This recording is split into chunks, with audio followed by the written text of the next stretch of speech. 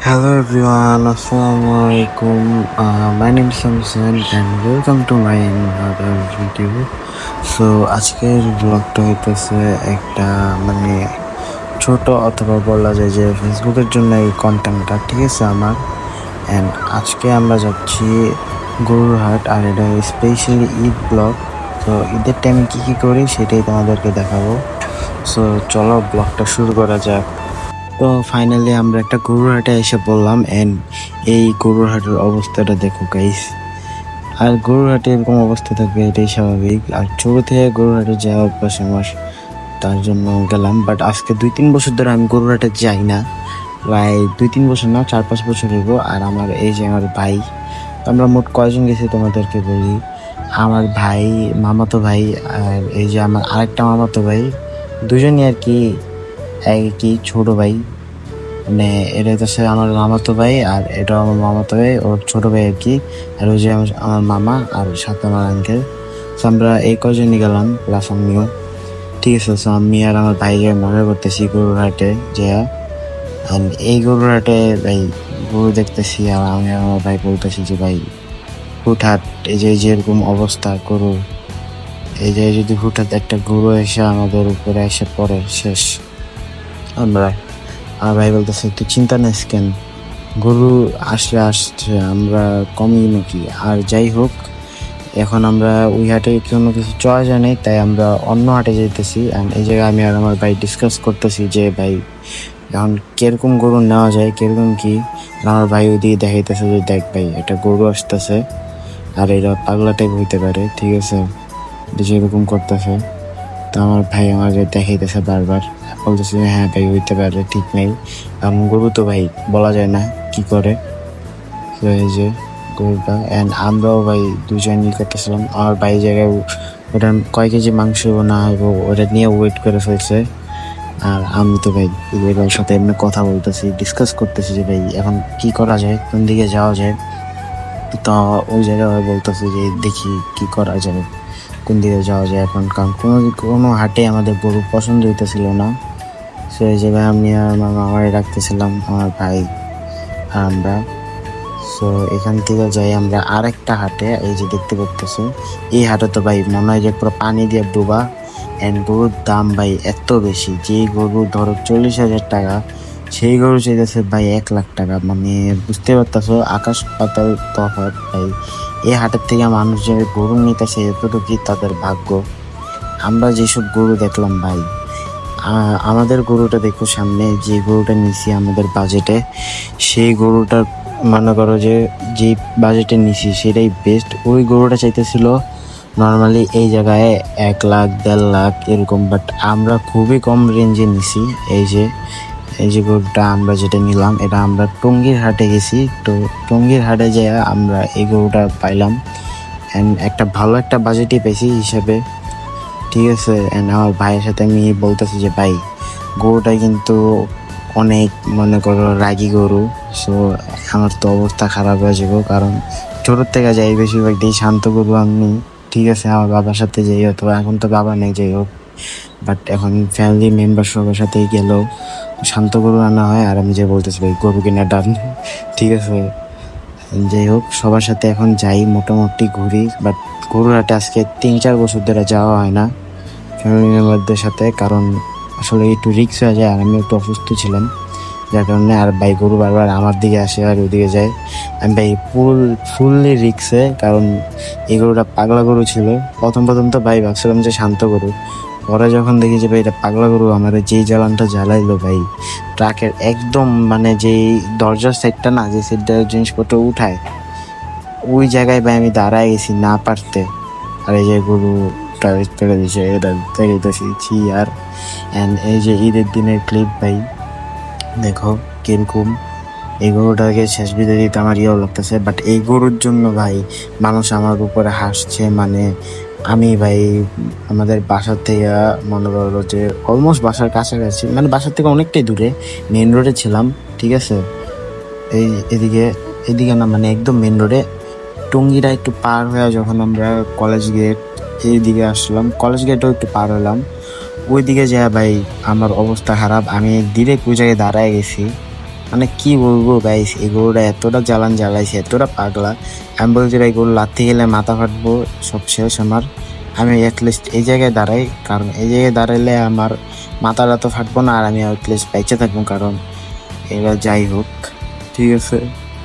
So এই জায়গায় আমার ভাই বসে আছে, ওই জায়গায় ভাবতেছে গরুটারে কিভাবে ভাই গরু সব কিছু করা যায়। আর ঘুমিতে উঠে তো মাথাও এরকম ভাবে কাজ করতেছে না। আর আমি যে রেডিও সময় দেখতেছি কখন নামাজ পড়তে যাবো, নামাজ পড়ে এসে গরু কাটবো। সো ও পরে আমরা ঈদের পরের দিন গেলাম, আমি আমার ভাইনা আর আমার ভাইয়া, আমরা তিনজন মিলা একটু ঘুরতে। আর এই যে দেখো আমার চশমাটা ভাই, চশমা পরছি। সো কেমন লাগতেছে বলবা। অ্যান্ড ঈদের তৃতীয় দিন অথবা চতুর্থ দিন হবে এই ক্লিপটা, আমরা মাশরুমের ফার্মে যাই, ঠিক আছে। এটা আসলে উপরে সামনে যে আমার মামা, উনি মাশরুমের বিজনেস করে। সো উনি যাদের থেকে মাশরুম কিনে তাদের ভিতরে একজনের এই ফার্ম। সো আমাদেরকে নিয়ে যায় একটু ঘুরায়। সো আমরাও সেটা ঘুরতেছি, দেখতেছি যে মাশরুম কিরকম হয়। আর এই জায়গায় ভাই আমি জানতাম না যে ফার্স্টে মাশরুমের অনেকগুলো জাত হয়। আমার আম্মা আমাকে বললো যে ভাই মাশরুমের অনেকগুলো জাত হয় মাম্মা, তুমি দেখো। আর আমার ভাই আমার বলতেছে ভাই আমার কয়েকটা ছবি তুলে দে, এগুলো ছাইলে আমি ভাইরাল হয়ে যাবো। আমি বলতেছি যে ঠিক আছে তোর।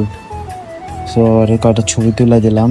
দেন আমরা মাশরুম ফার্ম ঘুরতেছি। এই জায়গায় অনেক প্রকার মাশরুম আছে, মাশরুমের নামও জানি না ভাই আমি, অ্যাটলিস্ট জানলে এখন বলতাম। বাট দু একটা নাম আই থিঙ্ক মিল্কি অথবা কিরকম জানি নাম ছিল। আর এই যে দেখতেছো মাশরুমের জাত কিরকম কিরকম ধরনের মাশরুম, অনেক রকমের। আর এই জায়গায় ভাই আমার মামা হাতে একটা মাশরুম দিল, আমার সে ভাই এটা পাতা লাগলো ফার্স্টে, যে এরা গাছ টাছ পাতা মতার মতো এটা কিরকম মাশরুম ভাই। ওরাই দেখতেছি যে ভাই এরকম মাশরুম আসলে আমি দেখিনি, তো তাই সবসময় দেখতাম যে ব্যাঙের ছাতার মতো মাশরুম। তাই আমি আজকে ভিডিওতে দেখাইতেছি যে ভাই মাশরুমের জাত কিরকম হয়। আর এই যে আমার মামা যার তাদের মনে করো যে পাইপ লাইন খুলে গেছে, তার জন্য পাইপ লাইনটা আপাতত অফ করতে হয়, কারণ জানে না যে কল কোন দিকে। তাই আর এই জায়গায় আমরা ঘোরাঘুরি করলাম একটু মাশরুম এরিয়া। আর আমরা এই যে মোট গেছিলাম, এই যে আমার ভাগিনা, আমার ভাই, আমার মামার ফ্রেন্ড। এই যে দেখতেছি আমার ভাই বলতেছে ভাই এটা খাইতে কিরকম হবে, একবার খাওয়া দেখতে হইব। তুই তো খাস অল টাইম, মনে করো যে যেহেতু আমি রেস্টুরেন্টে গিয়ে খাই বেশিরভাগ টাইম, ঠিক আছে, বেশিরভাগ খাবারের সাথেই থাকে। সো আমার ভাই বলতেছে আমিও এবার খাওয়া দেখবো যে কিরকম হয়। বলতেছি ঠিক আছে। আর এই জায়গা থেকে আমরা এখন বের হয়ে তোমাদেরকে আরেকটা ফ্যাক্টরিতে ঘুরাবো। আর এই যে আমার মামার হাতে আরেকটা মাশরুম, আমাকে বলতেছে যে এটা নিয়ে নিই। আমি বলছি যে আচ্ছা নিও, ঠিক আছে। আমার বলতেছে এটা খাবো, তো আমি বললাম যে হ্যাঁ খাবো, সমস্যা নেই, নিয়ে নাও। সো ওই মাশরুমটা নিয়ে নেয়। আমরা এখন আরেকটা ফ্যাক্টরিতে যাবো, ফ্যাক্টরি বলতেছি সরি গাইস, আরেকটা ফার্মে যাব। যে ফার্মটা দেখলে আসলে বলবো যে এই মাশরুমটা কিরকম ভাবে চাষ হয়। এটা তো পানি ভরে গেছে, আর এই প্যাকেজিং এরিয়া। আর এই যে আরেকটা ফার্ম, আসলে ভিতরে দেখাই, ঠিক আছে গাইস। এই যে আরেকটা ফার্ম মাশরুমের। এই যে আমার মামা মাশরুম দেখাইতেছে, ভাই মাশরুম কিরকম, আমার ভাই ছবি তুলতেছে, ঠিক আছে। আমি বলতেছি ভাই ছবি তুলে দেয়, আমি ভাইরাল হবো এবার।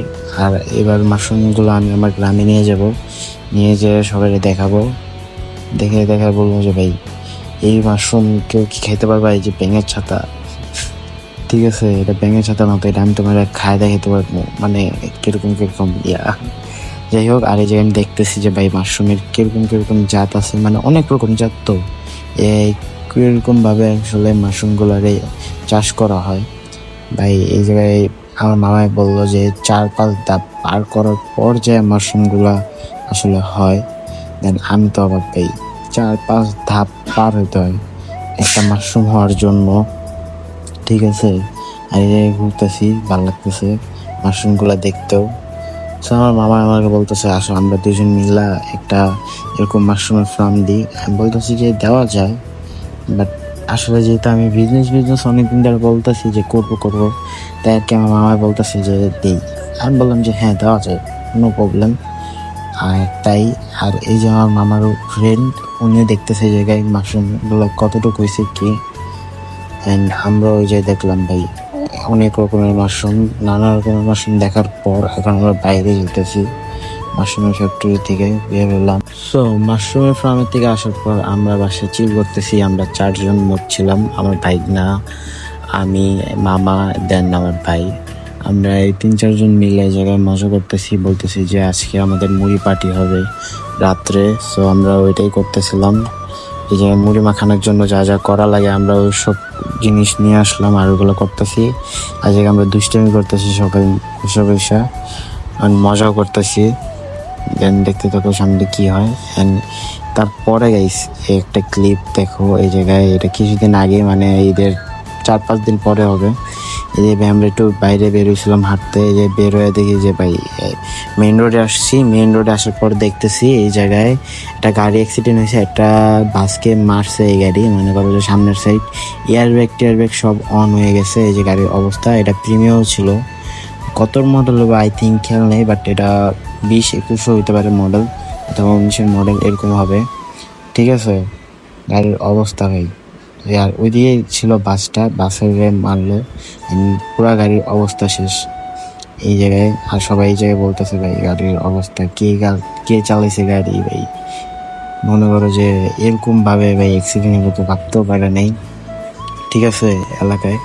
অ্যান্ড যাই হোক, আমরা ওই জায়গায় বেশিদিন থাকলাম না, ওই জায়গায় দেখা দেন আমরা আর কি ঈদের মনে করো যে 1 সপ্তাহ অথবা 10 দিন পর হবে এই ভিডিওটা। ঠিক আছে, সো আমি, আমার ফ্রেন্ড, আমার ভাই, দেন আমি, মোট আমরা 3 জন আর কি একটু নীলা মার্কেট ঘুরতে গেলাম 300 ফিট এই জায়গায়। ঠিক আছে, আমি আবার একটু ঢাকা আসলাম এলাকায় আসার পর তো ভাই ভালোই লাগতেছিল। সো নীলা মার্কেট ঘুরতেছি আর আমরা 3 জন এনজয় করতেছি যে ভাই এই জায়গায় মজা করতেছি, চিল্লাইতেছি। আমরা বলতেছি ভাই আমাদের ঠিক নাও ভাই। আমরা নর্মালি উপরের দিকে বসি, এবার সিট পাই নাই দেখে আমি নিচের দিকে বসলাম। অ্যান্ড এবার একটু বেশি ভয় পেয়েছি আমি, বিকজ অফ আমি ভাই এবার উল্টায় যেতে নিছি। ঠিক আছে, প্রত্যেকবার ফোন ধরে এরকম ভিডিও করি, বাট উল্টাই না, আমি আরও পিছনেরটাতে বসি। বাট এবার সিরিয়াসলি আমি উল্টায় যেতে নিয়েছিলাম। যাই হোক, আজকের ব্লগটা এ পর্যন্তই রাখি। So tata, taker, have fun, খুদা হাফেজ। ব্লগটা ভালো লাগলে ভাই একটা লাইক করে দিও অ্যান্ড পেজটা ফলো করো। So tata.